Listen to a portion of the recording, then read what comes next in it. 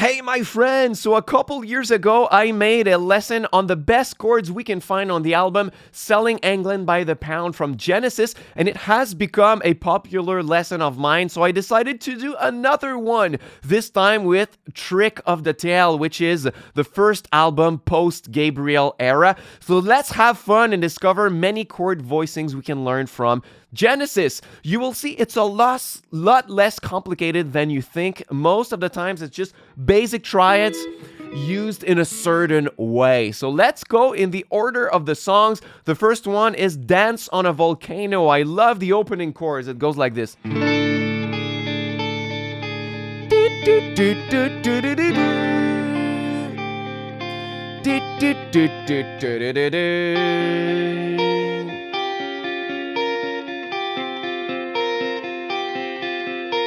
So let's unpack that a little bit. The first chord is like a D power chord, like a big D power chord. But we're gonna add a tritone by replacing the pinky by the ring finger on the 4th fret, 1st string.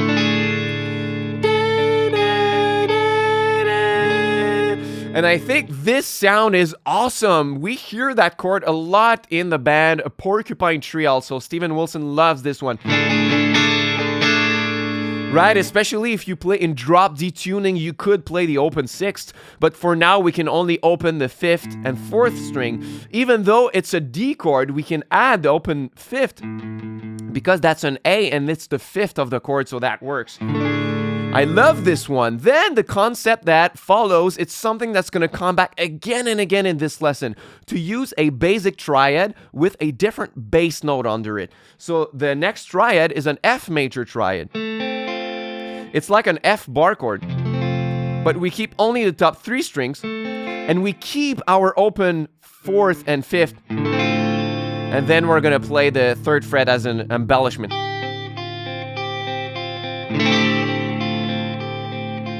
Right, and then we have an interesting triad. We have a B flat minor triad, but we're gonna add the 3rd fret on the 1st string, which is a 6th. Right, so it's like a B flat minor 6 chord. But then the bass note is not B flat, it's D flat. It's the minor 3rd of the chord, right? So it's quite an interesting chord. And of course, they don't play it like this. They play the notes more separately, but that's what it amounts to, this chord, right? And then the next one, we just shift the D flats to C's, right? So it does.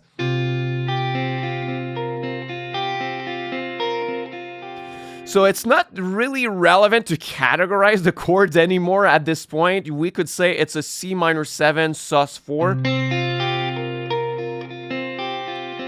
And that's what I like from Genesis. They throw so many chords out there. Most of the times it doesn't fit in the key. They just change keys all the time. So we don't necessarily have to categorize everything. So these chords are cool. Then the song Entangled. I love it. Beautiful chords here. So it goes like this.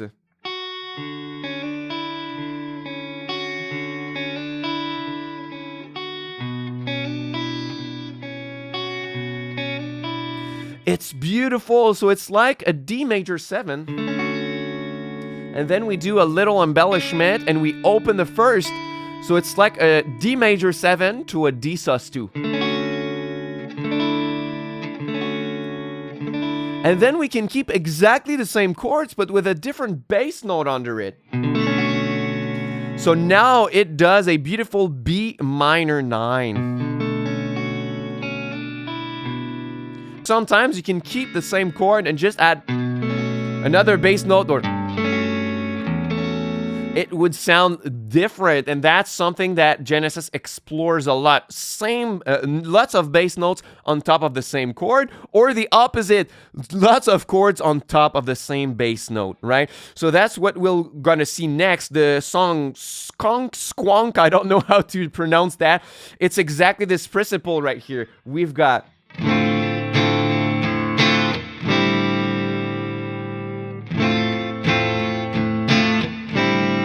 So again, the same thing that we saw on Dance on a Volcano, right? It's a F triad with the open And this one, I think, might be in drop D, so you could play everything at the bottom. But I'm not gonna retune for this lesson. And then this one. Almost all open strings, but the logic here is that we're playing F and C. But then we're keeping only the top 3 strings of the chord and removing the bass notes under them, right? So instead of it does, that's the sound of Genesis right there. They're going to open the A string or the D string so many times, and they're going to change the triads on top, which sounds really great because now you have the same point of reference, right? It's called a pedal tone or a pedal point. If you want to learn more about it, you should watch my other lesson on Genesis afterwards on Selling England. I talk about this even more, the use of pedal tones, right? And then later in the song, they really use this by playing many kinds of different triads.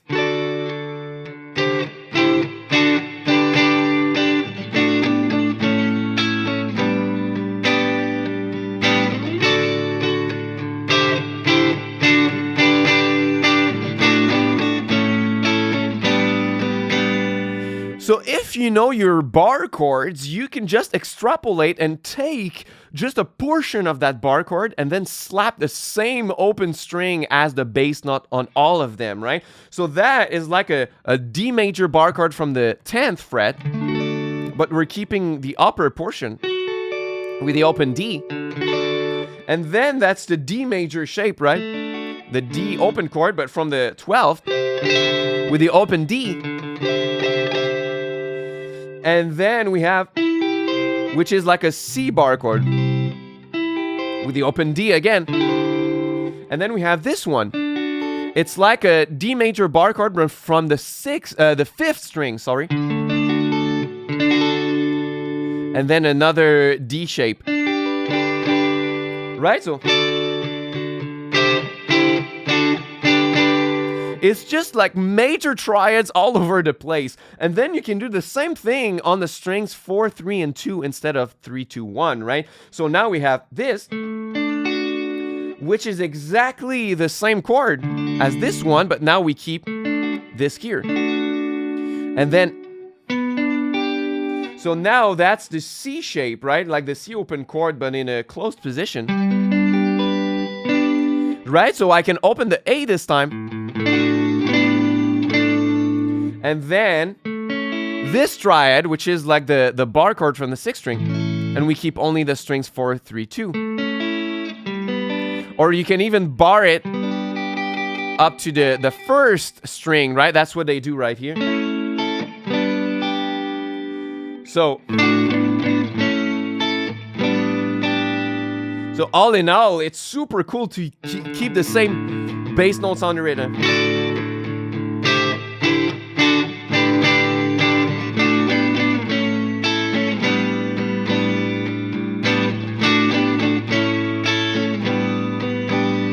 So if you want to sound like Genesis or progressive rock in general, just learn your major triads all over the fretboard and just open the A or the D and have fun with it, right? I could create a song like Phil Collins, like a...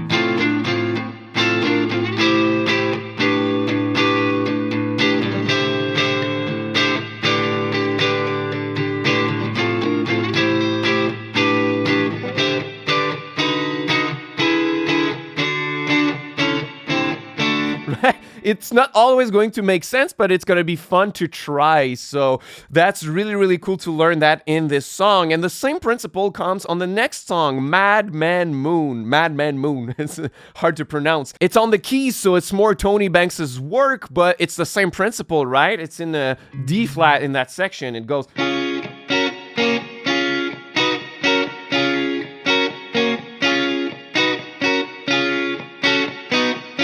Right? So it's the same thing, right? You have the D flat at the bottom.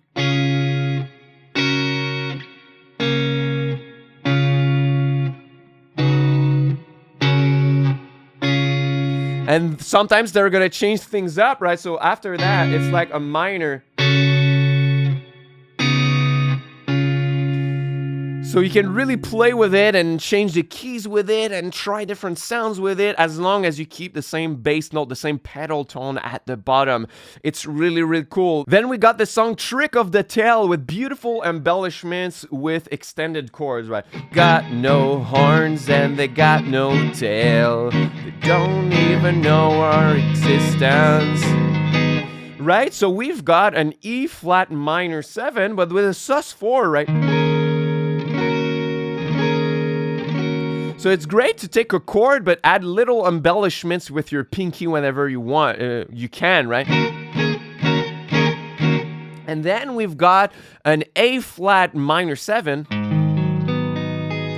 And then we're going to add the 9th, which, like I said so many times, it's a typical Hackett voicing to add the 9th on top of a bar chord like this. And then the root and the flat 7.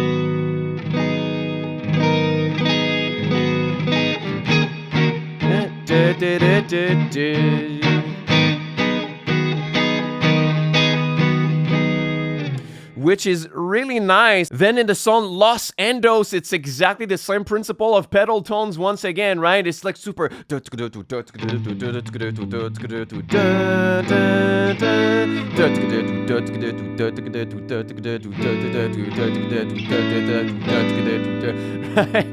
it's like super energetic, but we keep the open A, and then it's supposed to be F sharp minor, G, A, and back to G, but we just open the A at all times.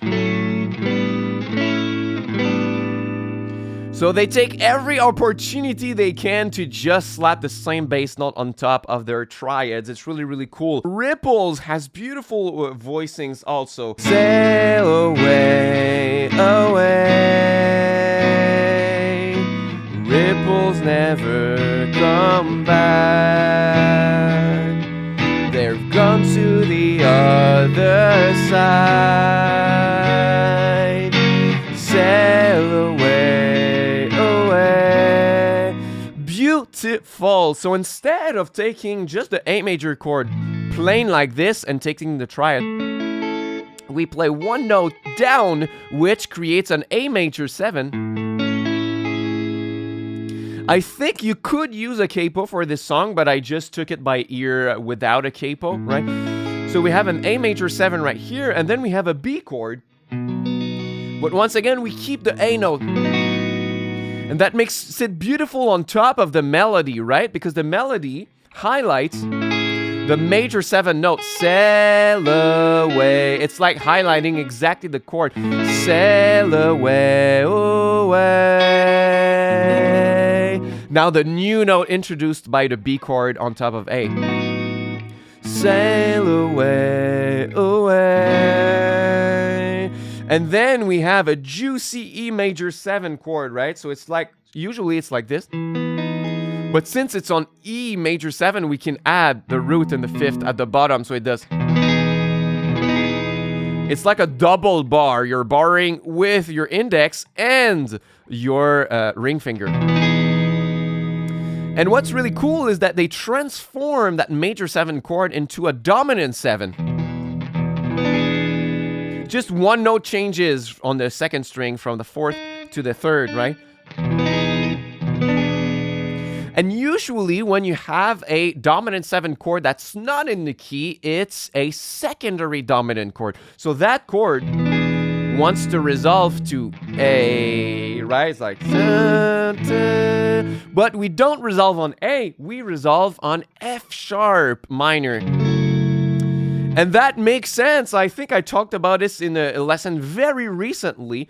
The target is supposed to be A major, right? Dun, dun. But the chord A major, its relative minor chord is 3 frets down, 1, 2, 3, and a minor chord. So they targeted the relative minor chord of the supposed target of the secondary dominant chord, and I just realized that so many composers are doing that very often. That's what I found. So now we've got an F sharp minor 7 with the flat 7 on the second string like this. Beautiful. And then we turn it into a sus4 and then a major chord. They do that often also to take the same chord and make it minor and major one after another, even if that technically doesn't fit in the same key. They don't care. It's beautiful. And then we come back just to the A major chord right away. I hope you enjoyed learning Genesis chords. If you want more juicy chord voicings, download my chord dictionary, first link in the description box. I put so many chords that I taught in my YouTube lessons over the years on separate guides, but I decided to put them all into the same guide. So in there, you can learn beautiful add 9, add 11, cluster voicings, chord progressions, great for songwriting, and lots of other tips and tricks with your chords. It's a super nice guide that you can get for free. It's my gift to you for watching my video until the end. So go and click on the first link in the description box to get your own copy. Until next time, au revoir.